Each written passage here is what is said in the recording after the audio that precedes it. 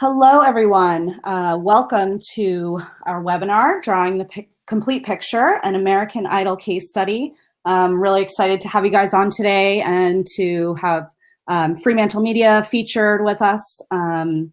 Just a couple of quick logistics, housekeeping items before we get started.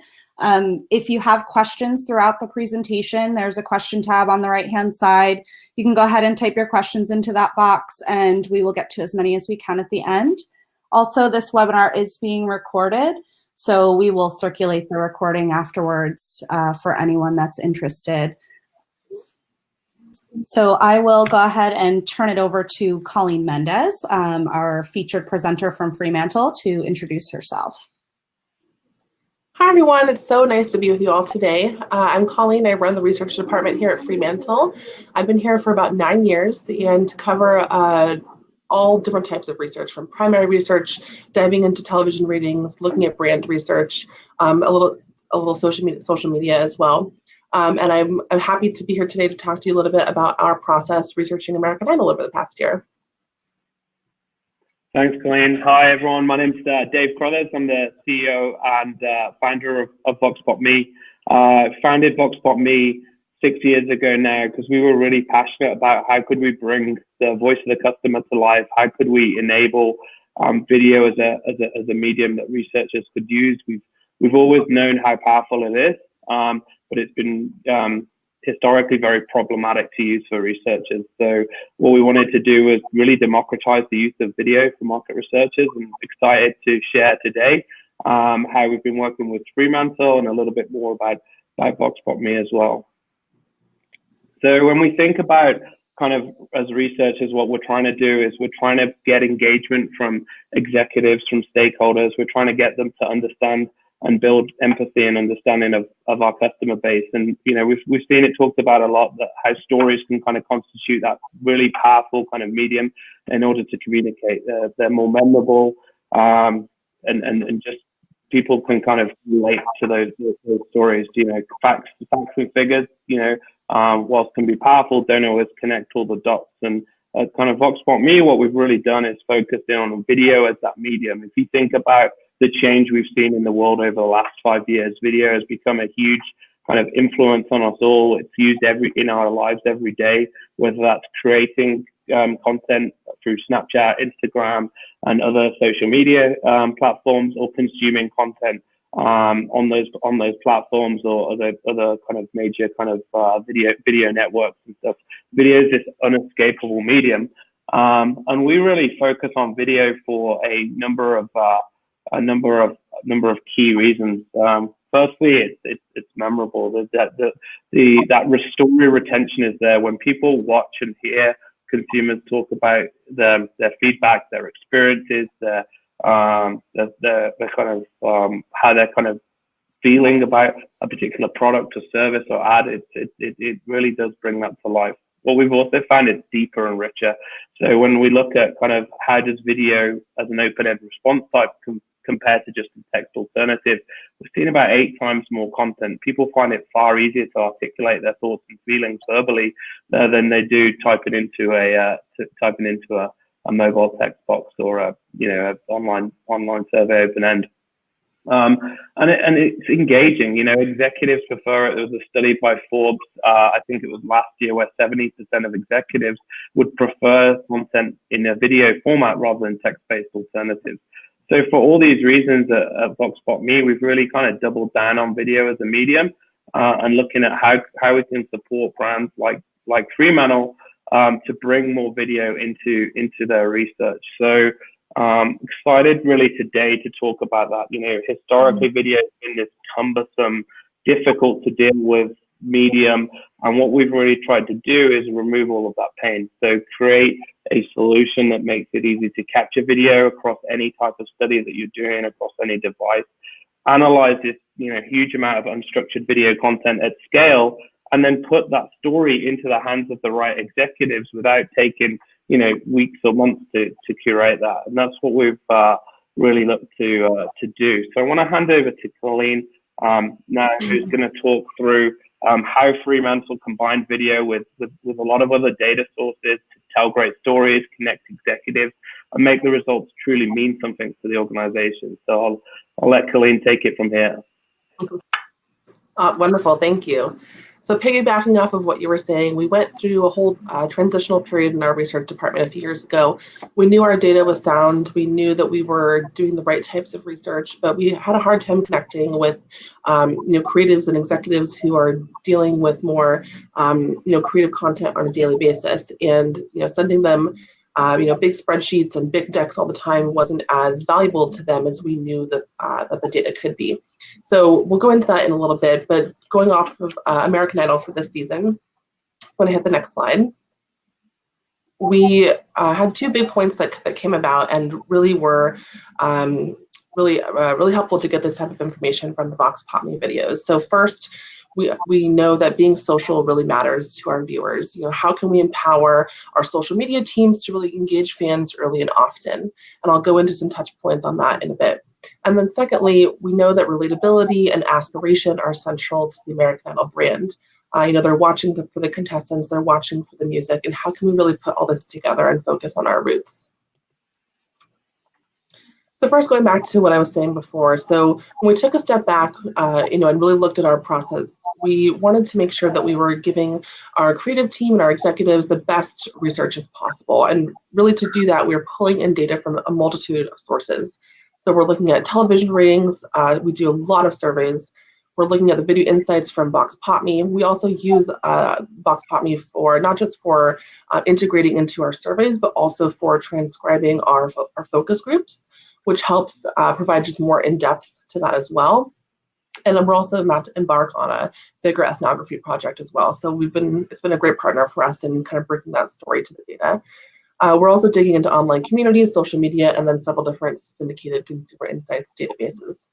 So after putting all these types of research together, our goal really has shifted from providing the message, providing the data, to really providing the stories behind that data, so our executives and our teams can really connect to that better to make better decisions. So our goal is to find the stories that haven't been told to the data and tell them like no one else can. And really, why is this? Why are we taking the time to really back and check on this? Go to the next slide. And truthfully, it's because no one wants to see this. This is not relatable to anyone. Even as researchers, I'm a big data geek, but looking at these files for too long can be too frustrating, and it's hard to be able to get the full picture across to our teams and giving them big data sheets like this. So going into American Idol from this season, we conducted many different surveys and tests amongst our viewers. And a few key points came about. So first, we'll dig into really the social aspect of it. So we know that our younger viewers are watching off of linear TV. This is not really a surprise for any other type of show. This holds consistently across the board. But as you can see, our younger viewers are really choosing to go to YouTube, to go to social media outlets like Facebook and Instagram. And we noticed that when we're asking them, did you watch American Idol this season? A lot of them are saying, yes, I watched on YouTube, which is very, much differently than a lot of our older viewers who are actually committing to watching the full episode week after week. So we knew that we needed to engage our fans on social in a deeper way. We also know that American Idol viewers are heavy social media users. They're over-indexing across every platform, especially on Instagram and Twitter. We also know that their social media habits carry importance. Our viewers are 13% more likely than the average person to follow TV programs on social media. And we know that their interaction also is important because it makes them more connected to the show as a whole. So we're also able to get some great video insights from Voxpopme to really back up a lot of this data. Following the contestants and the show on social media makes me a lot more invested in the show, just because I feel like you can actually get a better sense of who the contestants are as people, because the interviews and the editing on the actual show seems, I guess, a little bit more manufactured, whereas social media is an opportunity for the contestants and the hosts to post things that they want to post. More self-curated content, which I think is a little bit more engaging and personal and personable, makes them more personable. as well. They're just like us. They still have Instagram. They just have millions of followers. I feel it kind of immerses me in the experience, definitely me feel more engaged, like I'm part of the process, especially when you get extra added bonus information and insight to judges and contestants throughout the season. So definitely it helps to include the clips and see those sometimes not seen on TV clips and such is very helpful. Is yes, of course. If you're going to follow someone, that means you're going to pretty much invest yourself. You're going to take time to learn about them. So to me, if I'm going to invest in something or someone or like a show or contestants, I'm going to want to watch the show and see their journey along the way to hopefully stardom at some point. So yes, I believe that is a logical answer, that I would be following them. Yes. So with all this data combined, our social teams are really able to, to help guide them in creating a bigger strategy going into season 2. So what you can see is a lot of extra content. While the show's been off air, we're doing a lot of Christmas videos. American Idol cookies. We did American Idol pumpkin decorating for Halloween. We're putting Ryan Seacrest up there on the 10-year challenge. So finding lots of extra little ways to really engage our fans and have American Idol still be relevant in their lives while the show is off air. So the big question is, did this really work? It absolutely did. We're looking at year-on-year data leading into the beginning of each season. Our impressions are up by 6 million, and our followers have increased by 1.5 million. Our video views have also increased dramatically, and we've also seen an increase in contestant auditions, which will help just make a better show because we're getting a lot more talent. So going into the second part, relatability and aspiration are really central to American Idol, and we know that the music and the contestants are also at the heart of the program. So how can we focus on our roots and translate that into our broadcast strategy? So like I was saying, music and contestants remain at the heart of the program. We're thinking about the contestants' journey, their life cycle throughout the show. And we know that obviously their journey on screen is starting with the auditions. They're going into Halloween week, some duets and live shows, and ultimately a winner is chosen at the end of the series. But from a lot of the research that we've done, we know that the journey really starts before the audition. I absolutely love watching unknown people become successful in singing, especially. I love singing. I just love that. And to see people that would have maybe not been recognized, and especially coming from sometimes a small town or where they really wouldn't have had a chance. Sometimes you get people that were on a farm or whatever, and then all of a sudden they have this talent and this gift, and it's just such a great feeling. I thoroughly enjoy it.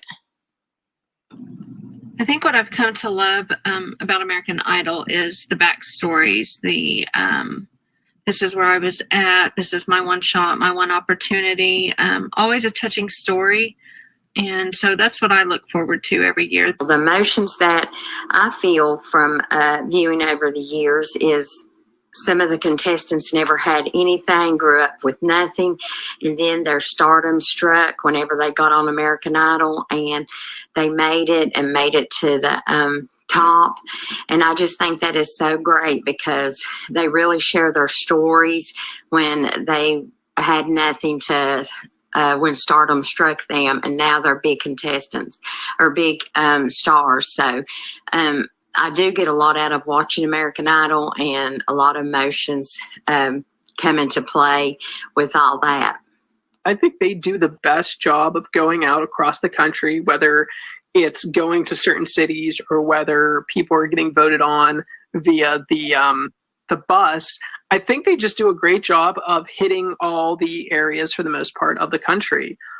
These other shows, I just see them based in LA, and it's like, oh, here's this person. Oh, here's this person we found. Where American Idol, I live in Pittsburgh, and they've been to Pittsburgh. I just feel like they don't just sit there at all the main music cities or all the main large cities. They really try to hit a lot of different cities, and even some of the quote unquote flyover states. They do the bus tour.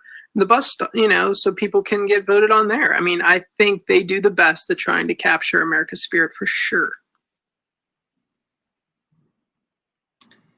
So we've taken all this research, we've taken all the feedback about the localization of contestants. So, they're really starting from the ground up. They're coming all across the country. They could be my neighbor or someone at my church. And we're really pairing this information with who the American Idol viewer is.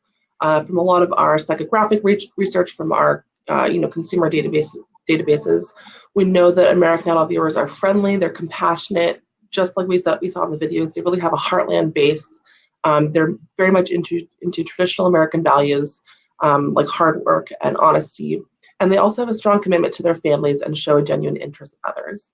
So when we take a lot of this together with a lot of the research that we've learned about contestants and showing the contestants' journey through their perspective, not just starting in the show, in the auditions, but really before American Idol even started, their upbringing and how singing became important into their life. We've taken all the information and really understanding our audience and how they perceive the contestant journey. It's directly affected our broadcast strategy. And you can see that in one of the first promos coming up for our second season, which premieres this coming Sunday.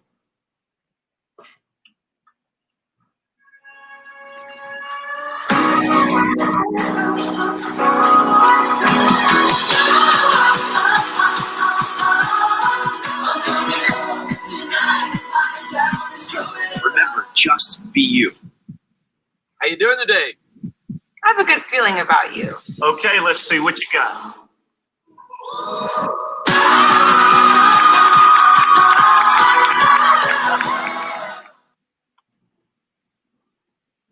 Thank you all so much for listening today. It was a pleasure speaking with you all, and I'd love to take any questions that you have after David's finished.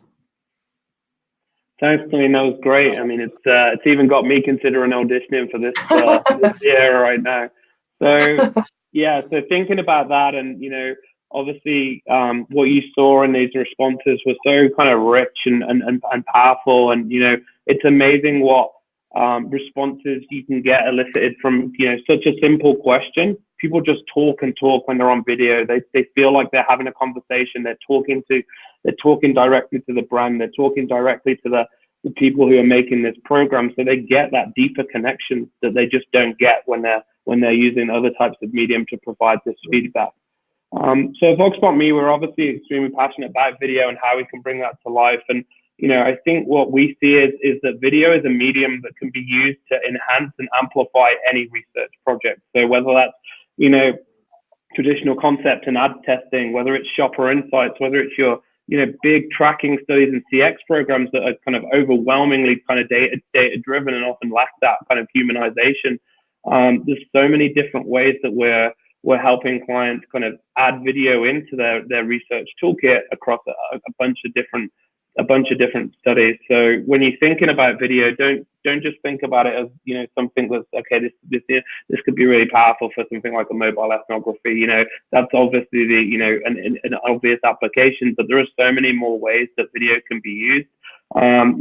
Video discovery is one of the things that's probably most popular with our clients, which is where we're actually turning actually kind of mini video interviews. So the survey actually becomes 5 to 7 video questions, and you get in this kind of unbiased, uninfluenced responses from people where you're getting 7 to 10 minutes worth of content from each person, and that's collected in a little over 24 hours. So video can be agile, it can be fast, and I think we've already seen from Colleen's presentation how powerful that can be when shared with the organization. So just before we dive into questions, just a few kind of quick tips and takeaways, I think, for when you're considering incorporating video into the research. And there's lots of people on the webinar today.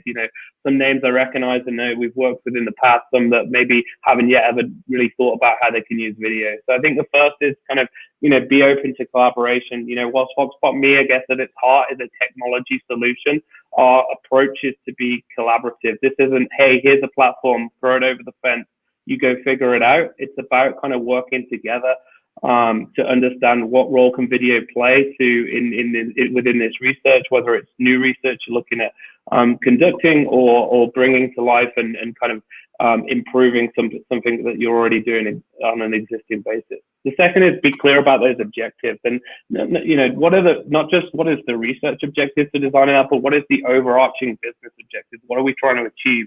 Who is the audience that this is intending for, and what are we trying to convey to them, and how can video help tell that story and bring it to life? The third thing is, I think this is key. Everyone loves to try something new and shiny. But and as researchers, we have this abundance of new tools and hot new startups in the space and things like that. What we really strive to be is think about that plan and get some defined metrics to define what success looks like. Because a lot of the times you can try these new methodologies. It's like, okay, that was great. And what did it actually bring to the organization? How much more engagement did it have? Did it reduce the time to influence? Were we able to get everyone aligned a lot quicker? So trying to define what some of those success metrics are up front means that kind of moving forward as we grow with our clients and partner with them to do more and more research, we know exactly what we're trying to achieve.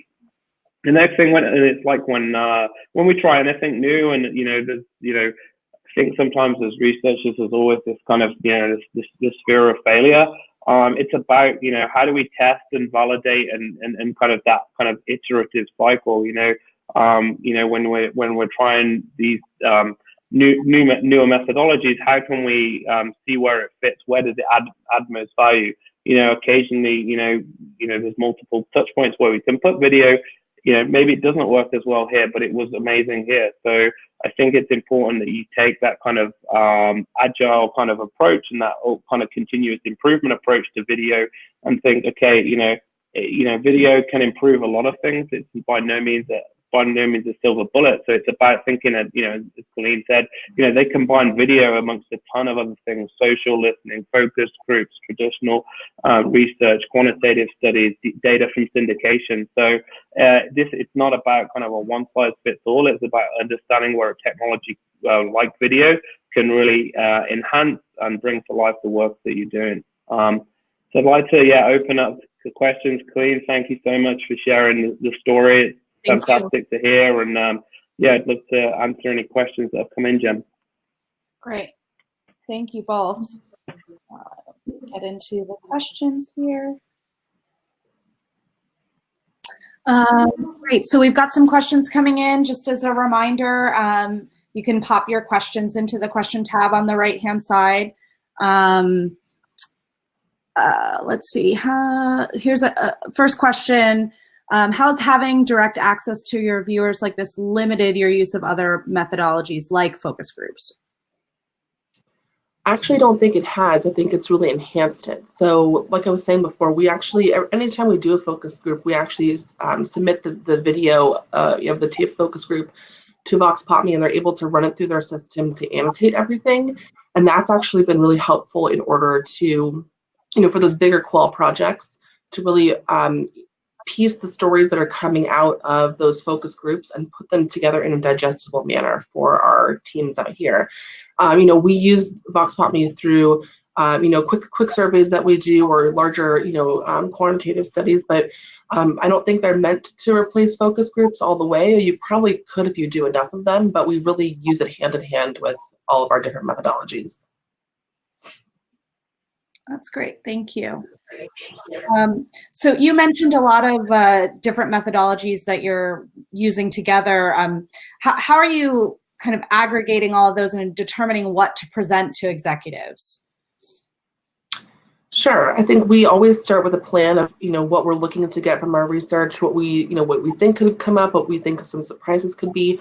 I think everything really starts with that first questionnaire to make sure that we're capturing as much data as possible. And then really going through all the results at the end of it to see where we're seeing similarities and differences from different methodologies. But a lot of the times, everything checks out pretty well in terms of consistency.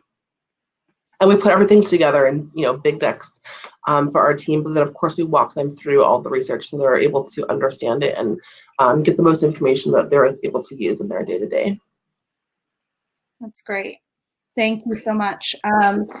It looks like that's all the questions we have today. So if anyone has any follow-up questions, you can reach out to us directly. Please feel free to do so. Again, we will share recording of this session. Thanks everyone for joining us, and thanks Steve and Colleen for presenting today. Absolutely. Thank you so much. Thanks everyone. Take care, everyone. Bye. Bye.